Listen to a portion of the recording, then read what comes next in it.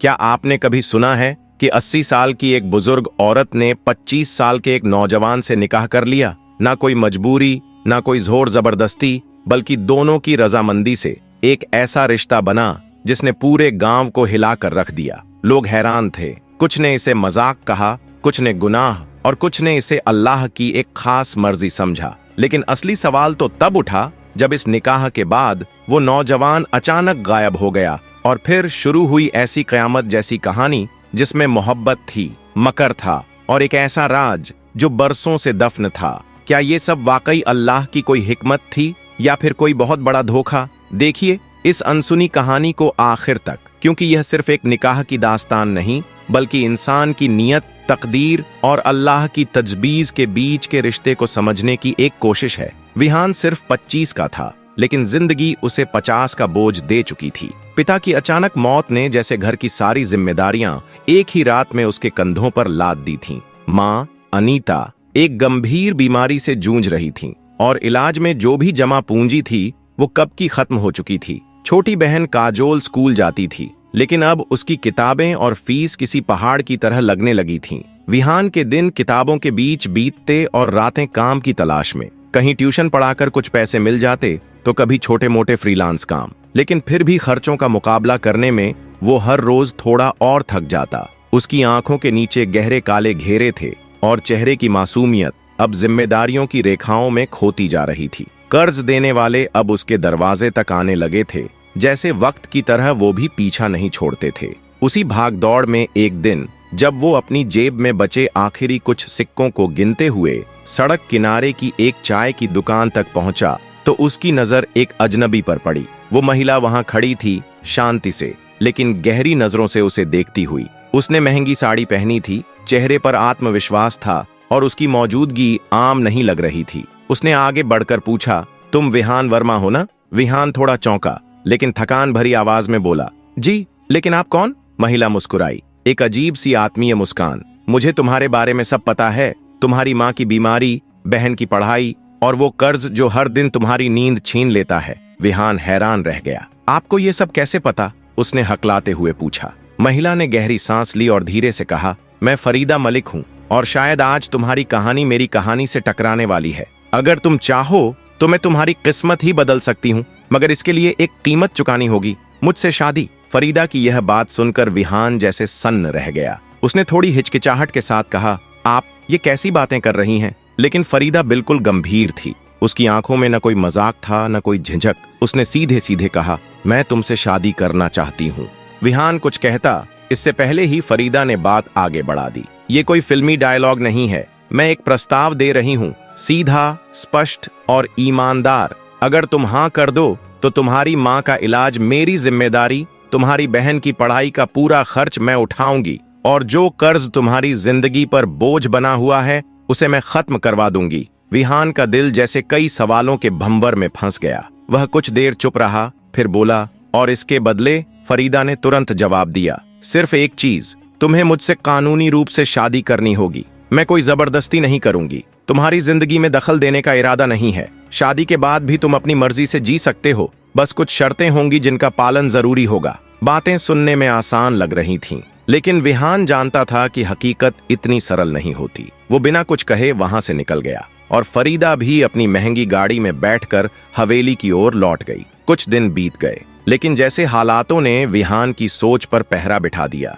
घर के बाहर खड़े कर्जदार, माँ की बिगड़ती हालत और बहन के अधूरे सपने, सब कुछ उसे अंदर से तोड़ने लगा। आखिरकार एक दिन वह फरीदा के पास पहुंचा, थकी हुई आवाज में कहा, मैं तैयार हूँ। फिर सब कुछ तेजी से हुआ। कानूनी दस्तावेजों पर हस्ताक्षर हुए, कुछ गवाह मौजूद थे और एक सादगी भरी शादी कर दी गई। विहान ने पहली बार किसी ऐसी हवेली में कदम रखा था जो सपनों से भी ज्यादा भव्य थी। चारों ओर रॉयल माहौल, आलीशान फर्नीचर, संगमरमर से चमकती जमीन और दीवारों पर लगी पेंटिंग्स, जैसे कोई राजा अपने महल में लौट आया हो। हर दिशा से यह एहसास हो रहा था कि फरीदा सिर्फ अमीर नहीं बल्कि ताकतवर भी है। नौकर चाकर बिना बोले उसके इशारे समझ जाते थे। विहान को समझ आ चुका था, यह औरत साधारण नहीं है और उसकी जिंदगी अब पहले जैसी नहीं रहने वाली। उसके पास वर्षों से काम करने वाले नौकर भी उसके सामने नजरें झुकाकर खड़े रहते थे। हवेली में काम करने वाली सुंदर युवतियां अगर विहान से बात करतीं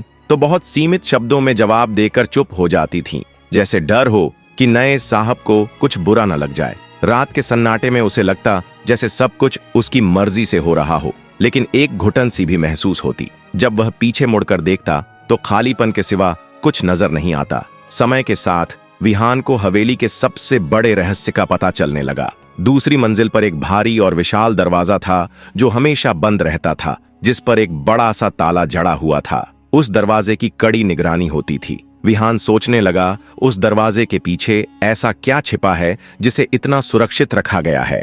विहान और फरीदा के बीच रिश्ता तो था, मगर भावनात्मक जुड़ाव अब तक नहीं हो पाया था। फरीदा चाहती थी कि विहान स्वेच्छा से उसके कमरे में आए, जबरदस्ती से नहीं। वह विहान को बहुत चाहती थी, लेकिन विहान अब तक उससे दूरी बनाए हुए था। फरीदा अक्सर अपने व्यापारिक कामों में व्यस्त रहती। जब भी दोनों आपस में बात करते वह बहुत छोटी होती, औपचारिकता भर। फरीदा अक्सर उसका हालचाल पूछती, लेकिन विहान सिर्फ जरूरत पड़ने पर ही बात करता, वरना चुप्पी साधे रहता। फरीदा रोज विहान के साथ ही टेबल पर बैठकर खाना खाती थी। किसी चीज के बारे में दोनों एक दूसरे से कुछ नहीं कहते थे और ना ही कभी एक दूसरे के परिवार के बारे में जानने की कोशिश करते थे। ऐसा लगता था जैसे दोनों की दुनिया बिल्कुल अलग अलग हो। एक बार रात का समय था और हवेली में सन्नाटा पसरा हुआ था। विहान अपने कमरे की ओर मुड़ा, तभी उसकी नजर हवेली के एक अलग हिस्से पर पड़ी जहां रोशनी जल रही थी। यह देखकर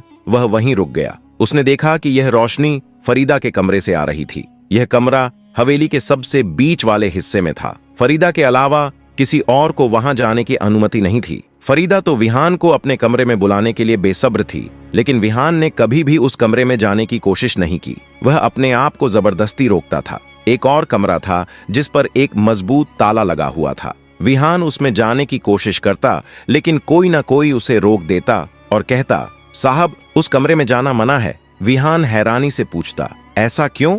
लेकिन उसे कभी कोई जवाब नहीं मिलता। एक रात उसने धीरे धीरे उस कमरे की ओर कदम बढ़ाए। दरवाजे के पास पहुंचकर कान लगाकर सुना कि फरीदा किसी से बात कर रही थी, और जिस अंदाज में वह बात कर रही थी उसे सुनकर विहान का दिल तेजी से धड़कने लगा। उसे समझ नहीं आ रहा था कि ऐसा कौन सा राज है जो फरीदा की जिंदगी से जुड़ा हुआ है, लेकिन अब उसे यकीन हो गया था कि बहुत कुछ ऐसा है जो उसे छुपाया गया है। उसके दिमाग में कई सवाल उठ रहे थे कि आखिर ऐसा क्या है जिसे फरीदा ने सबसे छुपा रखा है, और क्यों वह किसी को इस कमरे में नहीं आने देती। वह खामोशी से दरवाजे के पास खड़ा रहा और अपनी धड़कनों को थामने की कोशिश करने लगा। उसके मन में अजीब विचार आने लगे कि जिस शादी को उसने समझौता मानकर स्वीकार किया, उसके पीछे कोई बड़ी साजिश तो नहीं या कोई रहस्य है। विहान ने ठान लिया कि वह हवेली के हर राज से पर्दा उठाएगा। यह सब सोचते हुए वह अपने कमरे में वापस चला गया और उसने निर्णय लिया कि चाहे कुछ भी हो जाए,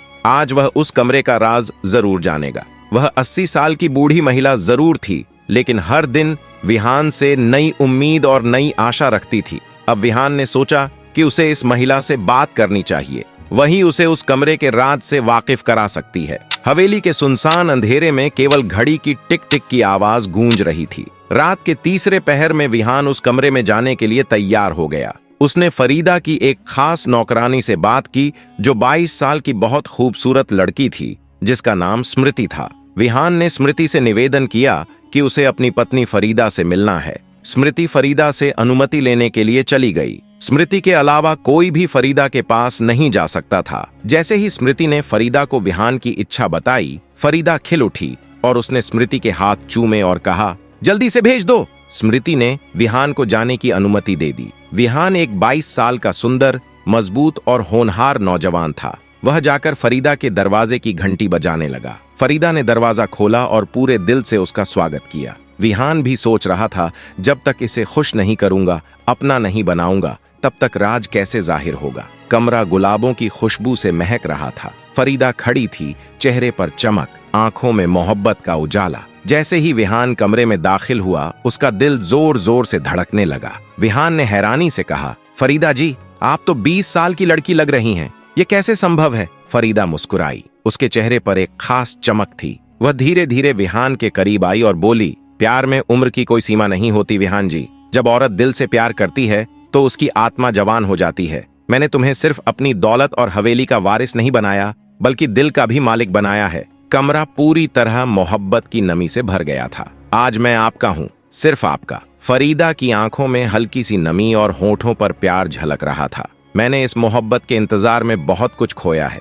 जवानी चली गई, रिश्ते भी, लेकिन दिल आज भी धड़कता है। विहान ने उसका हाथ थाम लिया। दोनों की हथेलियों के बीच की गर्माहट में एक नई शुरुआत की लौ जल उठी। विहान ने कहा, फरीदा जी, मुझे माफ कर दो। मैं जानता हूँ कि पहले मैं तुम्हारे करीब नहीं आया, लेकिन आज जब मैं तुम्हारे सामने हूँ तो सब कुछ सच्चा लगता है। तुम बहुत अच्छी लगती हो। फरीदा धीरे से उसके कंधे पर सिर रखकर बोली, जब औरत को उसका आदमी अपना कहता है तो वह उम्र से नहीं बल्कि उस पल से बन जाती है। बस इसी पल में रहो विहान, और मैं तुम्हें वो प्यार दूंगी जो कभी किसी ने नहीं दिया होगा। विहान उसकी आंखों में देखते हुए फिर उसके माथे को चूमता है। गहरी सांस लेते हुए कहता है, कमरे में वक्त जैसे थम सा गया था। हल्की रोशनी की लौ धीरे धीरे मंद पड़ रही थी, लेकिन विहान और फरीदा की नजरों में अब एक गहराई थी, भरोसे की, मोहब्बत की। विहान ने फरीदा का हाथ अपने सीने पर रखा और कहा, नहीं, यह धड़कन अब तुम्हारी है। जब तक यह चलती रहेगी मैं तुम्हारा रहूंगा। फरीदा की आंखों में चमक थी, और उस चमक में जवानी नहीं बल्कि सच्चे प्यार की रोशनी थी। वह करीब आई, अपने माथे को उसके सीने पर रखकर बोली, मैंने अपनी जिंदगी में बस 2 बार जी भर के सांस ली है। एक जब तुमने मुझे अपनी बीवी कहा, और दूसरा जब तुमने मुझे अपना कहा। विहान ने उसके बालों को धीरे धीरे सहलाते हुए कहा, मैं तुम्हारी हर झुकी हुई लट में मोहब्बत की कसम खाता हूँ। उसकी आंखों में वह मासूमियत थी जो सिर्फ पहली मोहब्बत में होती है। वह फरीदा के इतने करीब हो गया कि सांसें भी अलग नहीं लग रही थीं। फुसफुसाकर विहान ने कहा, अब मेरी जिंदगी के हर दिन का मतलब सिर्फ तुम हो। मैं तुम्हारे बिना बिल्कुल अधूरा था, ये आज समझ में आया है। उस रात दोनों ने कोई वादा नहीं किया, कोई कस्में नहीं खाई, क्योंकि उनकी खामोश नजरों ने सब कुछ कह दिया था। कमरा अब सिर्फ एक जगह नहीं था, वह उनकी मोहब्बत की दास्तान बन चुका था। बाहर हवाओं में एक अजीब सी मिठास घुल रही थी। विहान को लगा वह तो बस रात जानने आया था, मोहब्बत तो अनजाने में ही हो गई थी। मगर मोहब्बत यहाँ एक तरफा नहीं थी। फरीदा ने हार नहीं मानी। वो विहान के पास आई और उसके होठों पर उंगली रख दी। अब कुछ है, और तुम भी विहान को कुछ करने की जरूरत नहीं रही। फरीदा पहले ही इश्क में डूब चुकी थी। मोहब्बत की लहरें समंदर सी उठी और विहान उसमें बहता चला गया। वो रात हवेली की सबसे हसीन रात बन गई, बल्कि तूफानी इश्क की दास्तान सुबह होते ही नौकरानियों में फुसफुसाहट होने लगी। आज तो मालकिन फिर से जवानी की मिसाल बन गई। मालिक भी अब उनके इश्क में बन चुके थे। विहान को अक्सर लगता, उस कमरे में कुछ ऐसा है जो आज तक अनकहा है। उस दिन उसने हिम्मत की दरवाजा आधा खुला था। दिल जोर से धड़कने लगा। वह धीरे से अंदर गया। कमरा हल्की रोशनी से जगमगा रहा था। पुराना फर्नीचर, दीवार पर जड़े चित्र, एक कोने में भारी लकड़ी की अलमारी जिसमें ढेरों फाइलें रखी थीं।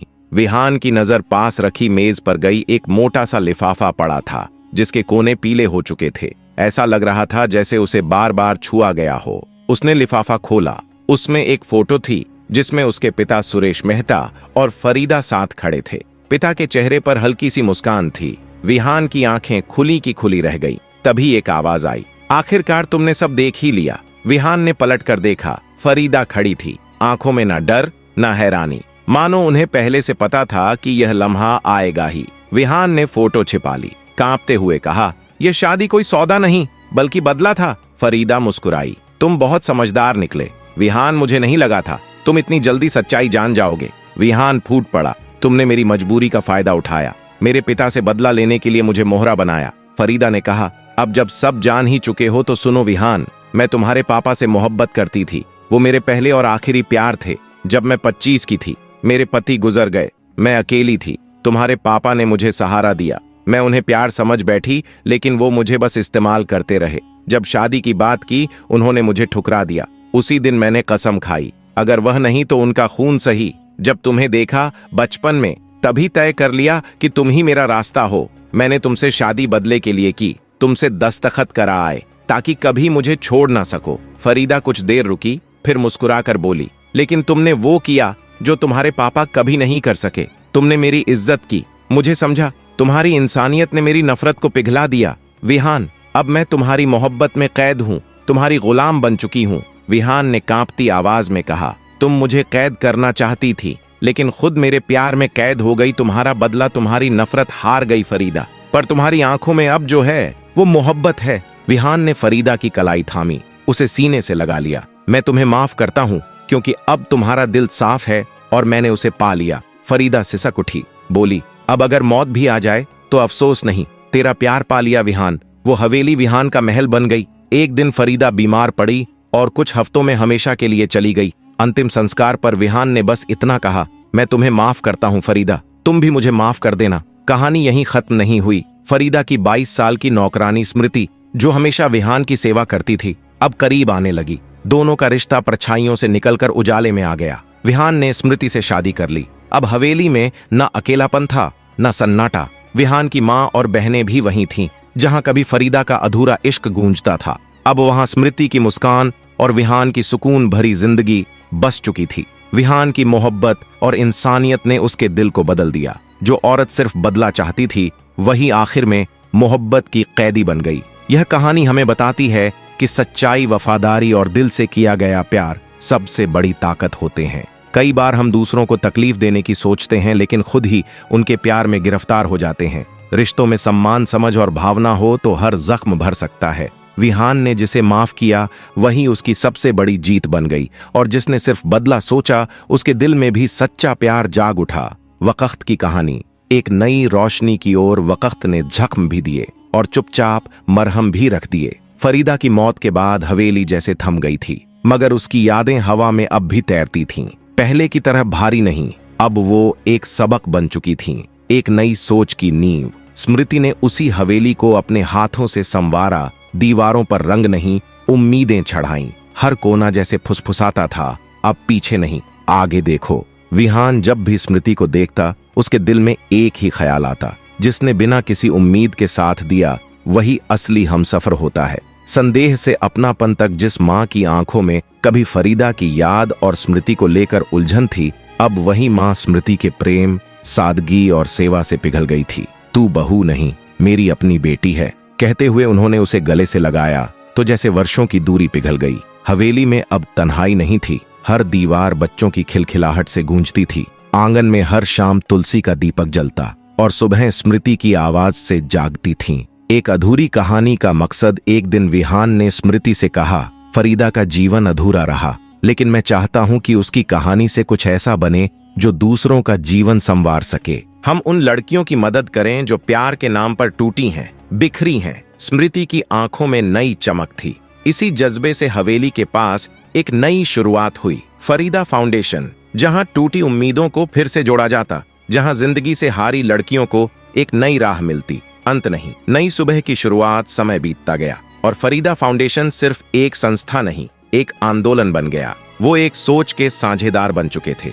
जो कहानी कभी बदले से शुरू हुई थी, उसने माफी और इंसानियत के रंगों से दुनिया को रोशन करना शुरू कर दिया था। हर महीने वहां नई कहानियां आती।